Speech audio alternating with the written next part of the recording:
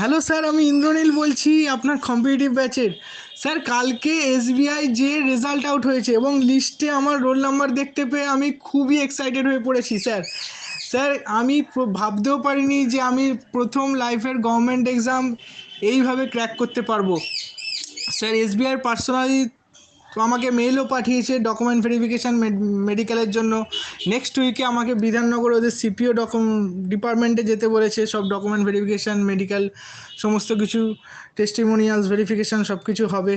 তো আমি ভাবতে পারিনি আমি এরকম পরীক্ষা এই এক চান্সে আমি ক্লিয়ার করতে পারবো।